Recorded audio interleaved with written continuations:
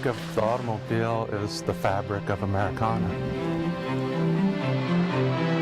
I don't look at it that we sell cars. We provide transportation and services to our customers.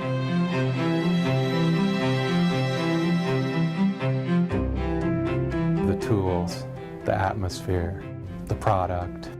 I've lived in a lot of parts of this world, and you will not find a finer place to come to work than the West Hills Autoplex.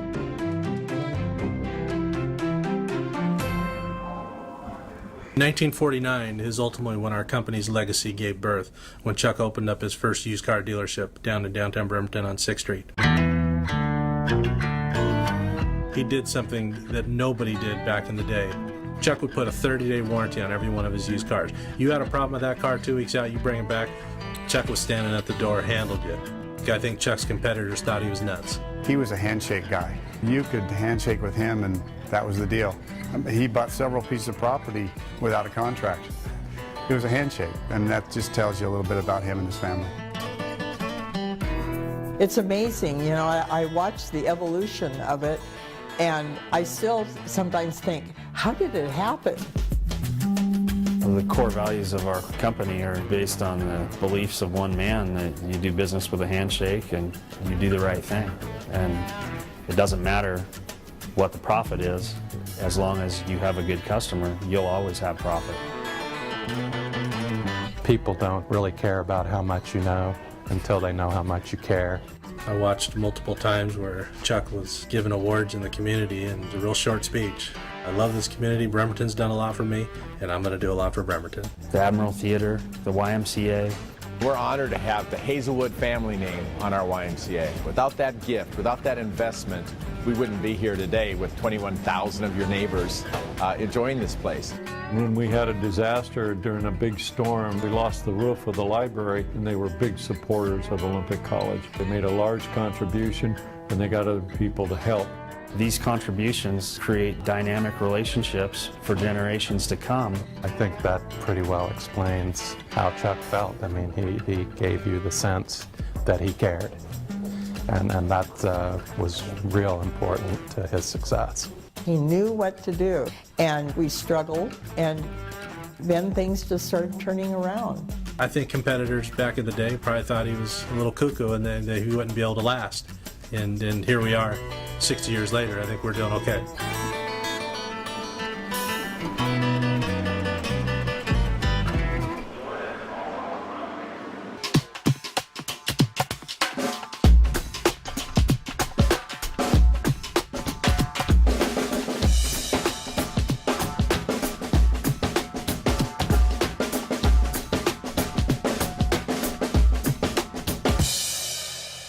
In 1957, Ford came into our lives with the biggest failure in its history, the Edsel. The Ford rep came to Bremerton, and they saw what Chuck was doing and the success he was having in the used car business, and they wanted him to be a part of Edsel and the new car business. The Ford rep told Chuck, Edsel's name is on this car. This car will last beyond Ford. 2 years into it, he's out of it, and that was his first taste in the new car business. His thoughts were, I'm not touching that new car business again. I'll do fine to selling my used car shape.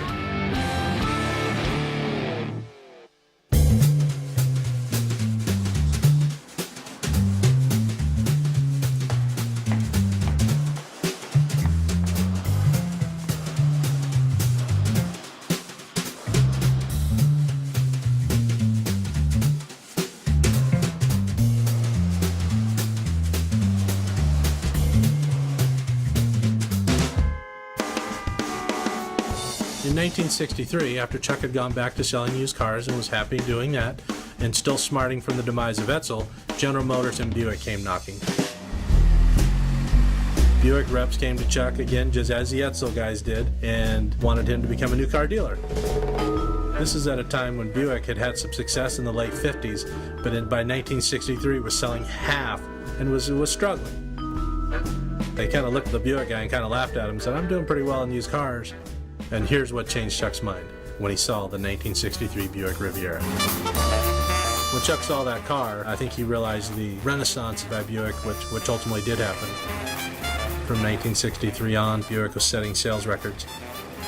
He loved the Riviera. He drove that Riviera for 20 plus years. After many other franchises had come on board and our growth continued in our company, Chuck was still loyal to that Buick Riviera.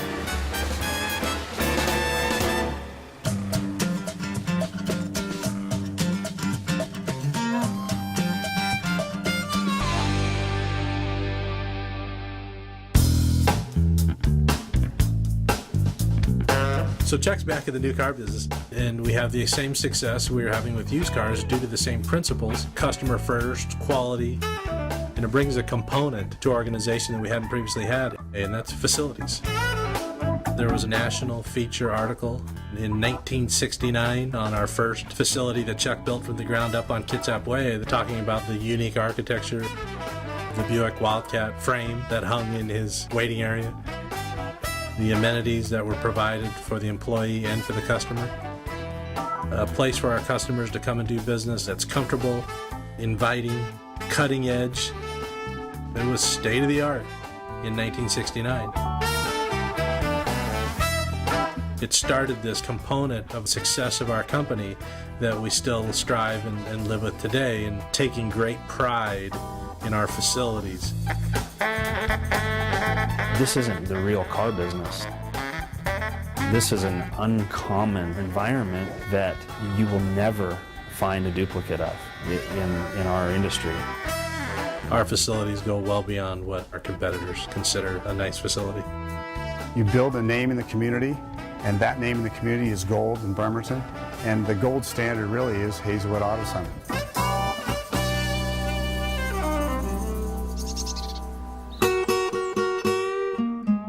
In 1973, things slowed down, literally, from 70 to 55 miles an hour with the oil embargo. American car manufacturers were building larger automobiles. The GM product was the only thing in our portfolio at the time. And along came a little car named Honda from Japan. Honda was the little car that could, and it did. Chuck had the hindsight to be in on the ground level and was awarded one of the first Honda franchises on the West Coast in 1974. Who would have ever thought that it would take the world by storm, but it did. I can remember our first load of Hondas, and there were about 10 cars on the truck, and they were icky brown and turquoise, just two colors.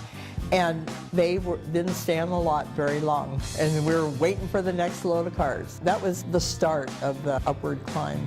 That little car provided more growth for us that allowed us to open up the West Hills Honda dealership in an old gravel pit in 1985.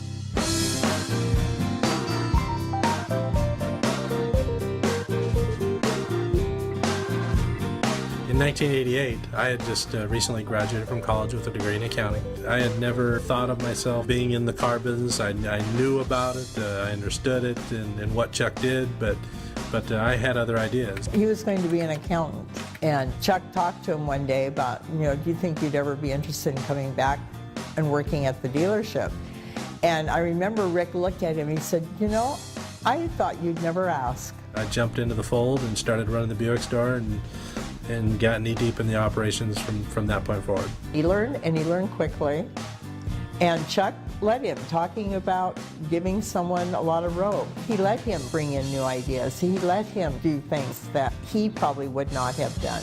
I worked in finance, worked in all the different departments of the dealership, and just got a taste for all of them. I'd go to war with Rick any day. He puts in the time, he puts in the effort. He's a smart guy. He understands the business extremely well.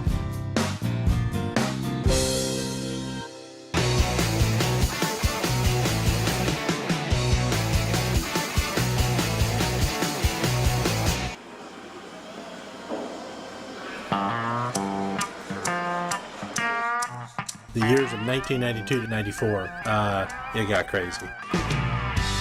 In 1992, we acquired the Toyota franchise and placed it into the Buick location. In 94, we acquired the Kia franchise. We were one of the first 25 Kia dealers in the country, and then went on a facility binge where we built 2 facilities simultaneously. We built the new Buick Pontiac GMC truck store, in the Autoplex, and we also built a standalone Toyota dealership in the Autoplex. And above us now, where the West Hills Chrysler Jeep store is, was a gravel pit, a working gravel pit with dump trucks coming up and down the streets. And where the Heartland Toyota store sits currently was a Coca-Cola distribution plant. From 88 to 94 and the growth that occurred there, we probably had 50 employees, 60 employees in 1988 versus close to 200 when we come out of 1994. It was crazy times. Back in the day, Chuck gave me a lot of rope, and during that time of crazy expansion development, I gave out a lot of rope too. We needed people in place that understood our vision, Chuck's vision, my vision. I had to get some good players and guys that had been in our company, understood what we were all about, that went out and executed how we wanted to execute.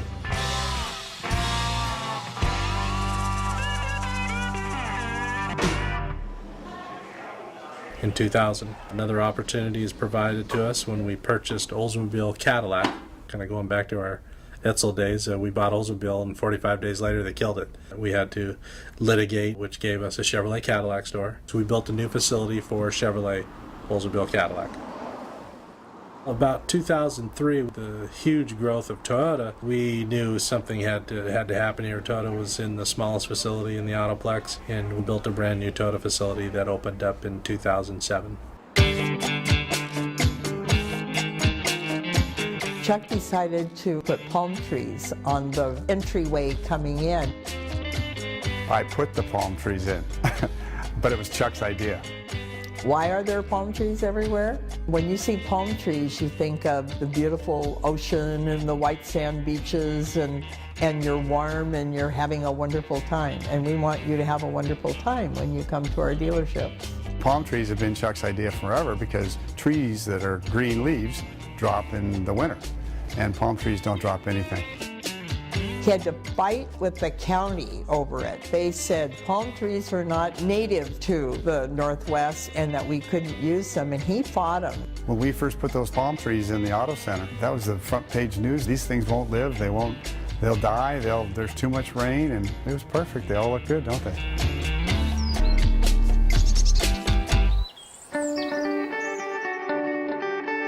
So we get the Toyota store in its new facility. We're seeing the fruition of the Autoplex coming together as a group. We've got all our franchises facility in play, and we have totally set the table for huge success in the future. And along comes 2008.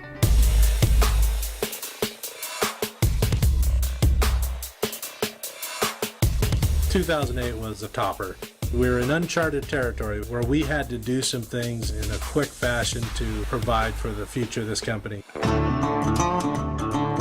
We combined the GM operations. We ended up securing Dodge. We put them all into one facility. Chrysler, Jeep, Dodge all together. It became a beautiful thing. And we were well set up with little debt, and it provided us the opportunity to continue our legacy.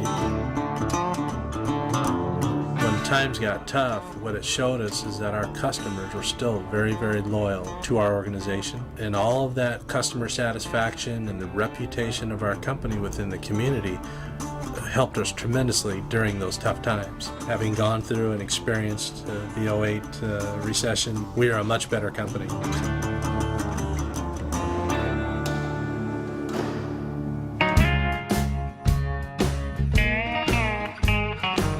When you look around our company, here's what you're going to see every day. You're going to see people who come to work expecting success with integrity, treating fellow employees with respect and integrity, and providing quality customer experiences on a daily basis wherever you are on the front lines, sweating the small stuff. We have individuals that were lot attendants, started selling cars for us, and worked their way up through the ranks and sat in multiple positions and understand wholeheartedly what we're all about, understand the rules of engagement. People really understand what's going on here. It's a smaller community, word gets out quickly, it gets noticed. The bar's a little higher in terms of your conduct, how you handle yourself, and how you treat your customers. So I think you always have to understand that working in Kitsap County. Let me tell you what I want for you.